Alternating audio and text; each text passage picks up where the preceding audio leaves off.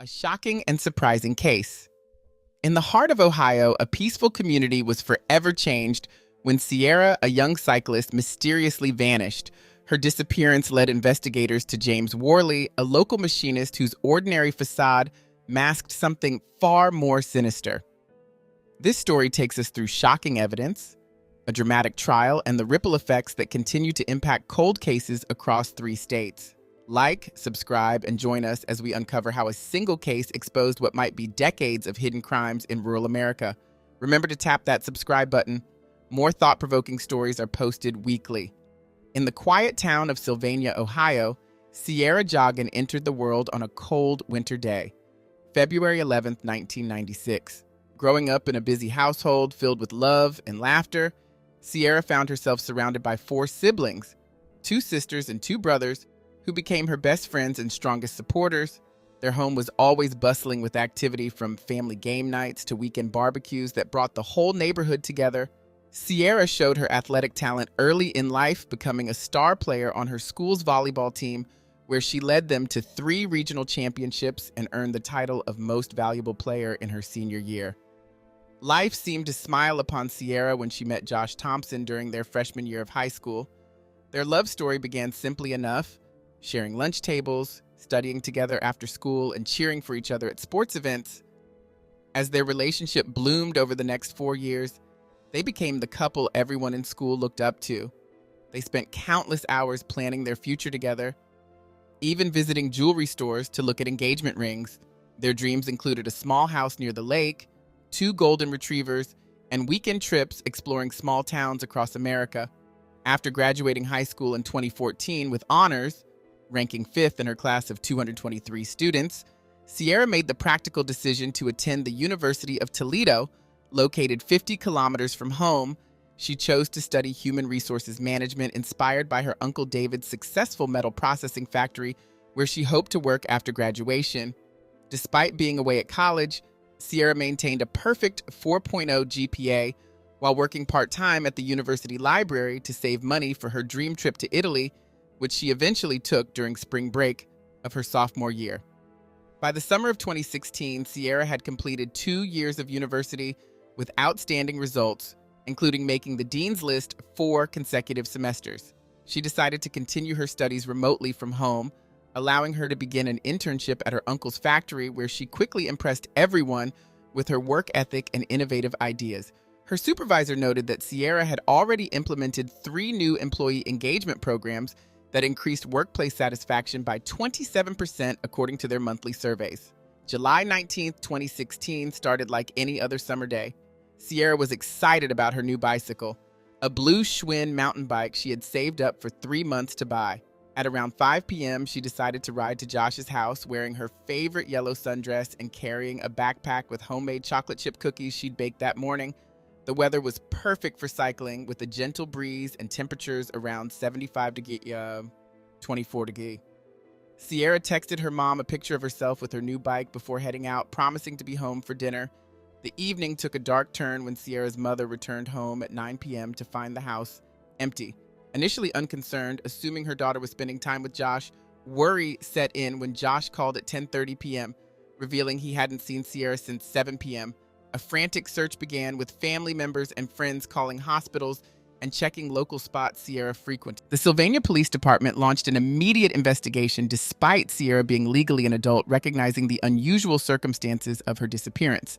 The afternoon's events became clearer as Josh recounted their time together. He described how Sierra had arrived at his house around 5:30 p.m., bringing her characteristic warmth and energy.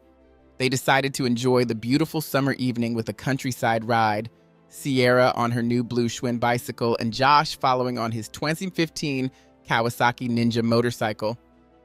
During their ride through the picturesque cornfields that stretched for miles along County Road 23, Josh captured several photos of Sierra smiling brilliantly in the golden hour sunlight. She later shared one of these images on her Instagram account at 6:45 p.m., garnering 47 likes and several comments about her new bike. The investigation revealed that around 7:00 p.m., the couple made the fateful decision to head home separately. They parted ways at the intersection of Miller Road and County Road 23, approximately 1.5 kilometers from Sierra's house. Josh took the main road back to town on his motorcycle, while Sierah chose the scenic route through the farming area, a path she had cycled numerous times before. This decision would later haunt Josh, who expressed deep regret about not accompanying her all the way home, especially given the short distance remaining. The police immediately dispatched 4 patrol cars and 6 officers to search the area, focusing particularly on the route Sierah would have taken home. At approximately 1:45 a.m., Officer James Martinez made a chilling discovery while searching along County Road 23. About 800 meters from where Sierah and Josh had separated, he noticed significant disruption in the normally uniform cornfield pattern.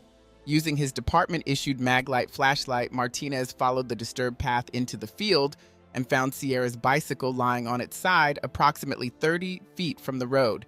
The scene showed clear signs of a struggle. The bicycle's handlebars were twisted unnaturally, and both the handlebars and leather seat showed concerning traces of blood, later confirmed through preliminary field testing to be human. A white athletic sock stained with blood and bearing Sierra's initials SJ, a habit her mother had maintained since Sierra's school days, lay nearby. The crime scene expanded as forensics teams arrived at 2:30 a.m. Within a 20-foot radius of the bicycle, investigators discovered several items that seemed out of place in the rural setting. These included a pair of Ray-Ban sunglasses, men's style, a Phillips head screwdriver with a worn red handle, and 3 automotive fuses commonly used in Japanese motorcycles. Most notably, investigators documented 2 distinct sets of tire tracks leading through the cornfield, one matching a motorcycle's tread pattern and another from what appeared to be a larger vehicle, possibly a truck or SUV. The tracks suggested the larger vehicle had been parked just off the road, hidden by the tall corn stalks that reached heights of over 7 feet during the mid-July growing season. As dawn approached, the case took a darker turn when Detective Sarah Thompson, lead investigator, began analyzing the evidence patterns. The location and nature of the discoveries strongly suggested an abduction scenario rather than an accident or voluntary disappearance. Statistical data presented by the FBI's Violent Crime Analysis Unit showed that in similar cases involving young women in rural areas, 73% of abductions were committed by someone known to the victim. This sobering statistic, combined with Josh's presence in the area and his motorcycle ownership, inevitably drew investigative attention toward him despite his cooperation and obvious distress over Sierra's disappearance. The investigation intensified when a search warrant was executed at Josh's residence at 6:00 a.m. During the thorough search of his property, investigators discovered a pair of work overalls in his garage bearing what appeared to be bloodstains. The overalls, manufactured by Carhartt, showed multiple dark reddish-brown stains on the front and sleeves. Josh immediately provided an explanation, stating he had worn them during a recent hunting trip with his father the previous weekend, where they had successfully taken down a white-tailed deer. He voluntarily surrendered the overalls for forensic testing and provided investigators with his hunting license and dated photos from the trip, which showed him wearing this. The case took a dramatic turn when the forensic lab results arrived within 48 hours. The state-of-the-art crime lab analyzed the bloodstains on Josh's overalls using both presumptive and confirmatory testing methods, definitively proving they came from deer blood, specifically matching the DNA profile of Odocoileus virginianus, white-tailed deer. More significantly, the evidence collected from the cornfield, including the screwdriver, sunglasses, and automotive fuses, yielded partial DNA samples that didn't match Josh's profile. Instead, they revealed genetic markers from an unknown male contributor, suggesting a third party's involvement. Josh's full cooperation, including providing his complete DNA profile, cell phone records, and security camera footage from his home, led investigators to officially clear him as a suspect by the 3rd day of the investigation. The investigation gained new momentum when local farmer Earl Richardson and his 17-year-old son Tommy contacted the police. They reported driving along County Road 23 around 7:30 p.m. on the evening of Sierra's disappearance. Tommy spotted what appeared to be a high-end motorcycle helmet lying in the drainage ditch approximately 400 meters from where Sierra's bicycle was later discovered. Following standard rural courtesy, Tommy retrieved the helmet, thinking to return it to its owner through the local Lost and Found Facebook group. However, upon closer inspection at home under better lighting, Earl noticed concerning reddish-brown stains inside the helmet's padding and small spatter marks on the visor, prompting him to contact law enforcement immediately. The FBI's involvement brought sophisticated forensic resources to the case. Special Agent Catherine Chen led a team of analysts in examining the digital evidence, starting with the last known photo of Sierah taken by Josh at 6:53 p.m. Using advanced photo analysis software, they enhanced the image to document every detail of Sierra's appearance. She wore a yellow sundress with white polka dots, brown leather sandals, and carried a mint green backpack with her initials embroidered on the front. But perhaps most crucially, the enhanced image revealed a Fitbit Charge HR fitness tracker on her left wrist, a Christmas gift from her parents that she wore religiously to track her daily step count and heart rate. The discovery of the Fitbit led to an immediate subpoena for Sierra's device data. The record showed her last heartbeat reading at 7:22 p.m., followed by an unusual spike in heart rate, reaching 156 beats per minute, well above her normal cycling rate of 125 to 130 BPM. The device recorded rapid movement for approximately 3 minutes before abruptly going offline at 7:26 p.m. GPS data from the device, though limited, placed Sierra's last known location within a 200-meter radius of where her bicycle was found, adding another layer of evidence to support the theory of a violent confrontation. The investigation took another turn when Josh remembered a crucial detail during his third interview with FBI agents. He recalled a white cargo van, possibly a Ford Econoline model from the early 2000s, that had been following them during their ride. The van's behavior seemed suspicious. It maintained the same slow speed as their leisure pace, around 15 to 20 mph, and would pause whenever they stopped to take photos. Josh even remembered partial license plate numbers, XRJ, followed by what he believed was either a 4 or a 9. He had become so concerned that he attempted to confront the driver at one point, but the van quickly turned onto a side road and disappeared. Using the partial plate information and traffic camera footage from the area, investigators quickly identified and located the van's owner, Margaret Wilson, a 58-year-old local artisan who used her vehicle to transport handmade furniture to weekend craft fairs. During questioning, Ms. Wilson provided a different perspective on the encounter, stating she felt threatened when a young man on a motorcycle aggressively approached her vehicle.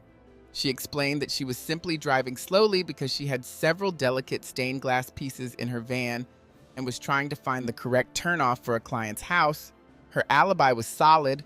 Security footage from a craft fair 50 miles away showed her van arriving at 8:15 p.m. that evening, making it impossible for her to have been involved in Sierra's disappearance. As the first week of the investigation drew to a close, investigators had processed over 100 pieces of physical evidence, conducted 47 interviews, and analyzed data from 12 different surveillance cameras in the area. Despite these efforts, Sierra's location remained unknown. The FBI's Behavioral Analysis Unit suggested that the crime's location and timing indicated the perpetrator was familiar with local farming schedules and road patterns, possibly someone who lived or worked in the area. They noted that mid-July was a relatively quiet period for corn farmers between the busy planting and harvest seasons, meaning fewer people would be working in the fields where Sierra disappeared. This insight led investigators to begin compiling a database of all individuals with access to or regular business in the farming area, including seasonal workers, equipment operators, and delivery personnel. The investigation shifted direction when detectives began examining records of individuals with violent criminal histories within a 50-mile radius of Sierra's disappearance. Among the 127 names reviewed, one particularly stood out: James Michael Worley, a 57-year-old resident whose property lay just 3.2 kilometers from the cornfield where Sierra's bicycle was discovered. Worley's criminal history raised immediate red flags. In 1990, he had been convicted of violently abducting a 26-year-old female cyclist, Robin Gardner, who fortunately managed to escape her attacker.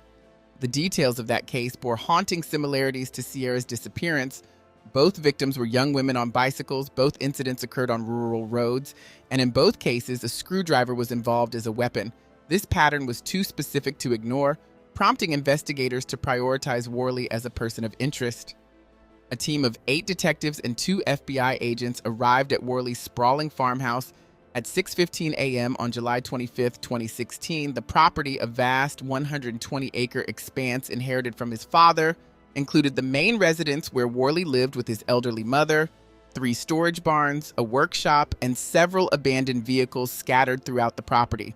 Worley's initial reaction to law enforcement's arrival was notably defensive yet controlled. Before any accusations were made, he immediately declared, "I haven't killed anybody," a statement that investigators found peculiar given that they hadn't mentioned any deaths during their introduction. During the initial interview conducted in Worley's kitchen while his mother prepared coffee, he displayed an unusual fascination with the case details, repeatedly mentioning that he'd been following the investigation closely through local news coverage and social media. He could recite specific details about Sierra's disappearance that hadn't been released to the public, including the exact time, 7:22 p.m., when her Fitbit had stopped transmitting data. This knowledge raised concerns among the investigating officers, who had intentionally withheld certain details to help identify potential suspects. Despite his apparent nervousness, Worley signed a consent form allowing officers to search his property, stating he had nothing to hide. The search of Worley's property proved to be an enormous undertaking, requiring additional personnel and resources. The main house alone contained 14 rooms, many filled with hoarded items and mechanical equipment. The 3 barns housed various vehicles, including 4 motorcycles, 2 operational and 2 being restored. In the workshop, investigators discovered an elaborate security system with multiple cameras monitoring the property's perimeter, all connected to a digital video recorder, DVR, that stored footage for up to 30 days. Throughout the search, Worley maintained a steady stream of conversation with the officers, repeatedly offering unsolicited denials of involvement in Sierra's disappearance. The investigation took a dramatic turn when Worley, perhaps feeling pressured by the thorough search, suddenly offered new information about the night of July 19th.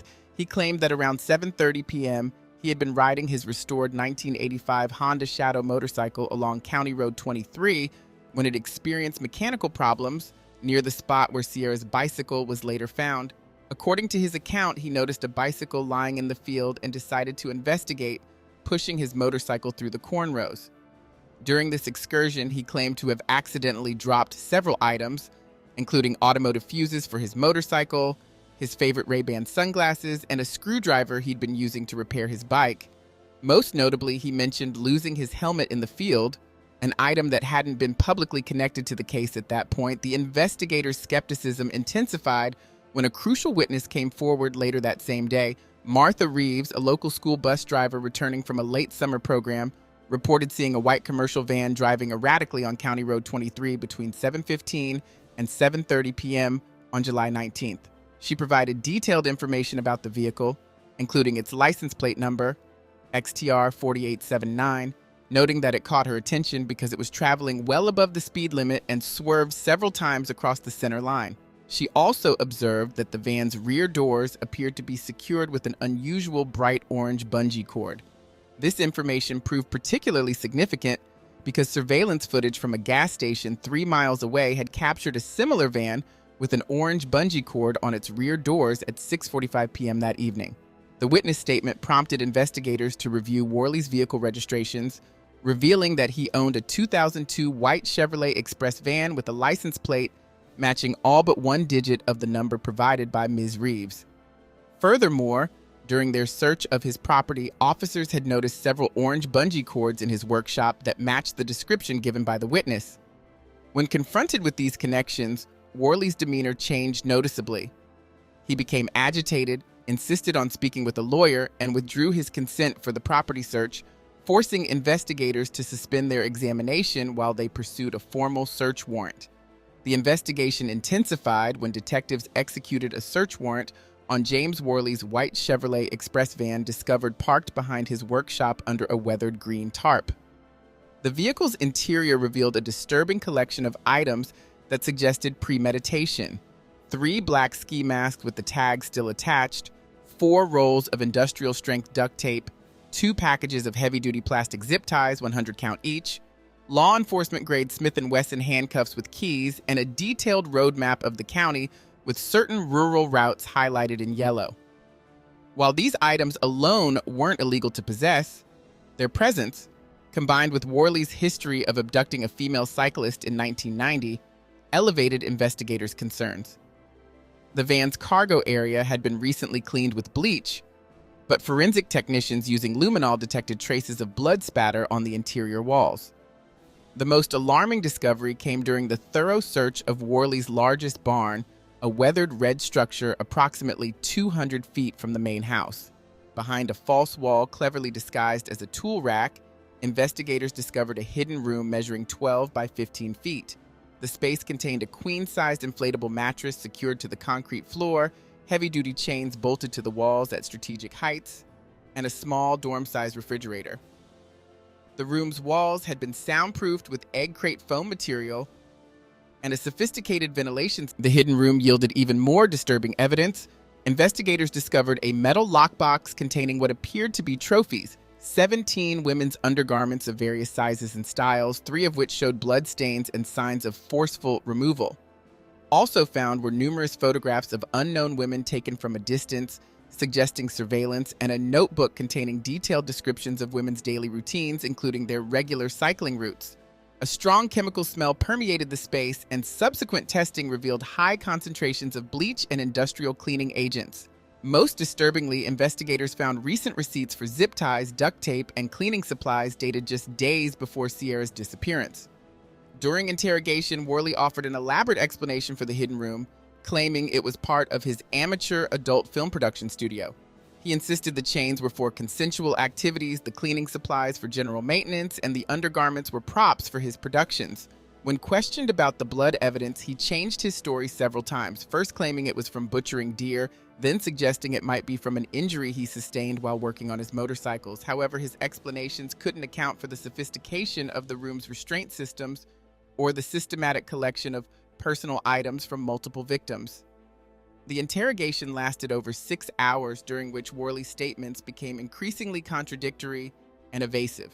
On July 22, 2016, the investigation reached its tragic conclusion.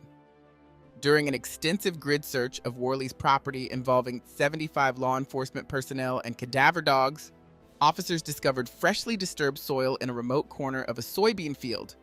The area had been carefully camouflaged with agricultural debris, but recent rainfall had caused the ground to settle, revealing the presence of a shallow grave. At a depth of approximately 4 feet, investigators found Sierra's body. She had been restrained with the same type of handcuffs found in Worley's van, and the condition of her body indicated she had been subjected to horrific treatment before her death. A large rubber ball had been secured in her mouth with duct tape, and she had been dressed in an adult diaper, suggesting she had been held captive for some time before her death. The medical examiner's report provided crucial details about Sierra's final hours. While the exact time of death couldn't be determined due to environmental factors, forensic evidence suggested she had died from manual strangulation approximately 24 to 36 hours after her abduction. Surprisingly, her body showed few signs of defensive wounds or external trauma, leading investigators to theorize she may have been incapacitated shortly after her capture. The forensic team working in Worley's barn made several crucial connections. Fibers found on Sierra's clothing matched the mattress material from the hidden room, and soil samples from her body matched the unique mineral composition of soil from Worley's property. DNA analysis of blood traces from the refrigerator confirmed that some of the blood belonged to Sierra, providing a direct link between the crime scene and the hidden room where she had likely been held. The forensic evidence continued to mount as laboratory results revealed crucial DNA matches. A piece of silver duct tape found beside the mattress in the hidden room contained both epithelial cells and hair follicles that matched Sierra's DNA profile, with a probability of 1 in 987 billion. Additionally, digital forensics experts analyzing James Worley's Samsung Galaxy S7 smartphone uncovered damning location data. The phone's GPS record showed that on July 19th, between 7:20 p.m. and 9:15 p.m., Worley had remained stationary in the cornfield area where Sierra's bicycle was found, contradicting his earlier statements about quickly leaving after his motorcycle allegedly broke down. The phone records also revealed a suspicious pattern of activity. His device had been switched to airplane mode during critical periods that evening, suggesting an attempt to avoid location tracking. A breakthrough in understanding Worley's psychological profile came from Dr. Elizabeth Martinez, a court-appointed psychologist who had evaluated him following his 1990 kidnapping conviction. Dr. Martinez came forward with disturbing information from their sessions conducted 26 years earlier. According to her detailed notes, Worley had expressed an obsession with perfecting his criminal methodology, stating explicitly that next time there won't be any survivors to testify. He had described in detail how he would modify his approach, including plans to use rural burial sites and chemical agents to destroy evidence. The psychologist admitted she had not reported these statements at the time, believing them to be hypothetical fantasies rather than concrete plans. This revelation led to a review of protocols regarding therapist-patient confidentiality in cases involving potential future crimes. Using cell phone data, surveillance footage, and physical evidence, investigators constructed a detailed timeline of events. Around 7:22 p.m., Worley apparently struck Sierah with a motorcycle helmet, explaining the blood evidence found inside the helmet recovered by the Richardson family. The impact likely caused the spike in heart rate recorded by Sierra's Fitbit before it went offline. At 8:05 p.m., Worley made a calculated phone call to his brother, claiming his motorcycle had broken down, a call that investigators believe was intended to establish an alibi. Phone records showed his brother offered to help, but Worley declined, saying he had it handled. Between 9:30 p.m. and 10:15 p.m., security cameras from 3 different locations captured Worley's white van traveling between his property and the cornfield area. The forensic examination of the hidden room in Worley's barn revealed the horrifying sequence of events following Sierra's abduction. Blood spatter analysis suggested she had been initially restrained against the south wall, where investigators found trace blood evidence despite careful cleaning. The inflatable mattress, when examined under ultraviolet light, showed signs of recent use and contained both Sierra's DNA and fibers from her clothing. Medical examiners determined that the rubber ball used to gag Sierra had been forced into her mouth with enough violence to fracture her left rear molar and cause severe tissue damage to her soft palate. The position and nature of ligature marks on her wrists and ankles indicated she had been hogtied with professional-grade zip ties matching the unopened packages found in Worley's van. During the trial, Worley's defense team attempted to create reasonable doubt by challenging the DNA evidence found on the motorcycle helmet. Their forensic expert, Dr. Raymond Mitchell, testified that the low concentration of Worley's DNA on the helmet's interior, approximately 15 picograms per microliter, suggested possible secondary transfer rather than direct contact. The defense also highlighted witness testimony from local farmer Peter Henderson, who reported seeing a man wearing distinctive red athletic shorts crouching in the cornfield around 7:45 p.m. on July 19th. Since no red shorts were found during the exhaustive search of Worley's property, which included cataloging over 200 items of clothing, the defense argued this sighting proved another perpetrator was responsible. However, prosecutors countered by presenting security camera footage showing Worley purchasing red shorts from a local Walmart 3 days before Sierra's disappearance, suggesting he had disposed of them after the crime. The sentencing phase of the trial focused intensely on Ohio's capital punishment guidelines, particularly Section 2929.04 of the Ohio Revised Code, which requires juries to weigh aggravating circumstances against mitigating factors. The defense team, led by attorneys Michael Thompson and Sarah Rodriguez, presented testimony from 3 mental health experts who diagnosed Worley with various psychological disorders, including antisocial personality disorder and paranoid personality disorder. They argued these mental health conditions, combined with Worley's allegedly troubled childhood, warranted life imprisonment rather than death. In a surprising and controversial move, the defense also suggested Worley might have suffered emotional trauma from an inappropriate relationship with his mother during his adolescence, though they provided no concrete evidence to support this claim. The prosecution's rebuttal was methodical and devastating. Lead prosecutor Sarah Williams presented evidence of Worley's calculated planning and attempts to conceal his crimes, including receipts for cleaning supplies purchased the day after Sierra's disappearance, internet search histories showing research on body decomposition rates, and cell phone records indicating he had scouted the burial location several times in the weeks before the murder. The prosecution emphasized that Worley's childhood, as documented through school records and testimony from former neighbors, showed no signs of abuse or trauma. His high school transcripts revealed above-average grades, particularly in chemistry and physics, suggesting he possessed the intelligence to understand the gravity of his actions. Most compellingly, they presented evidence that Worley had maintained steady employment as a machinist for 15 years, demonstrating his ability to. After 27 days of testimony and 4 days of deliberation, the jury reached their verdict on March 28, 2018. Worley was found guilty on all counts, including aggravated murder, kidnapping, felonious assault, and tampering with evidence.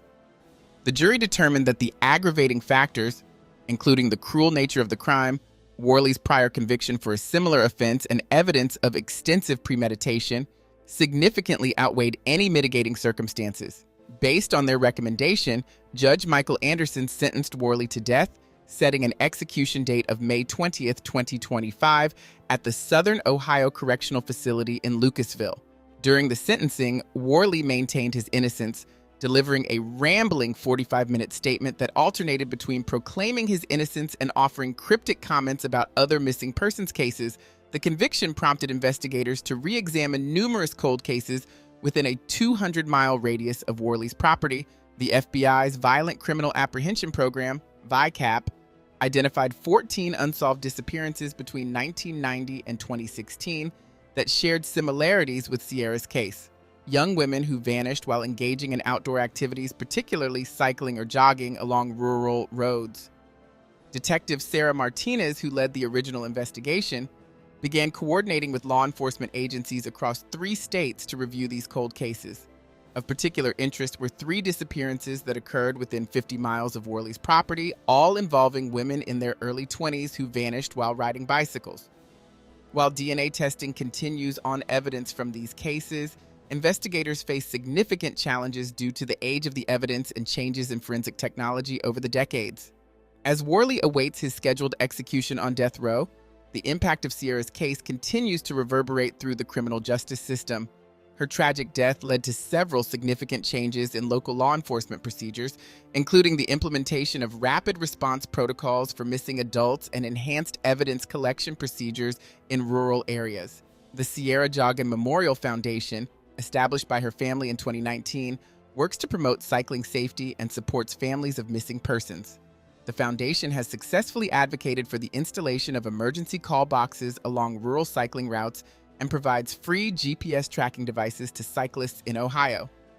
Meanwhile, investigators remain committed to uncovering the full extent of Worley's crimes, believing that Sierra's case may have finally stopped a predator who had operated undetected for decades. The Worley case reveals how a seemingly normal member of society, a machinist with a stable 15-year career, could hide such darkness. His conviction not only brought justice for Sierra, but led to crucial changes in how law enforcement handles missing persons cases and rural crime scenes. The case opened doors to 14 similar cold cases, showing how one breakthrough can expose years of hidden crimes. Thanks for reading this story. If you found it interesting, hit like and subscribe for more real-life mysteries from Reddit. Drop your thoughts below. Did anything surprise you about this case? See you in the next story.